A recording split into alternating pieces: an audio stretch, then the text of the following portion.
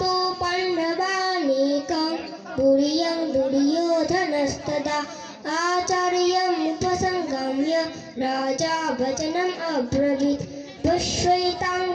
पाण्डुपुत्राणाम् अर्चायं महतीं चमुं भूरियं द्रुपदपुत्रेण तव शिष्येण धीमता